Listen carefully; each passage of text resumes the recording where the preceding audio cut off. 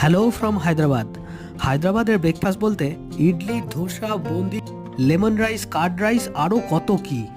তবে বাঙালিদের কাছে পছন্দের খাবার হলো মশলা ধোসা।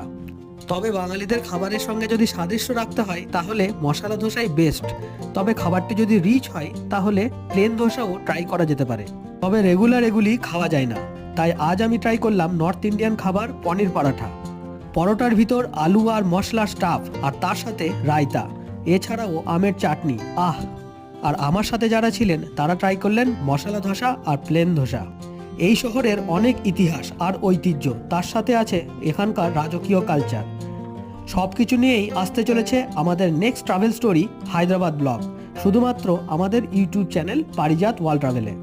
পুরনো ইতিহাসকে ছুঁয়ে দেখা এবং এখানকার জীবনধারা সম্পর্কে সম্যক ধারণা তৈরি করা। তাই হায়দ্রাবাদ ব্লগে ট্রাভেল স্টোরিটি দেখতে ভুলবেন না। সাবস্ক্রাইব করুন চট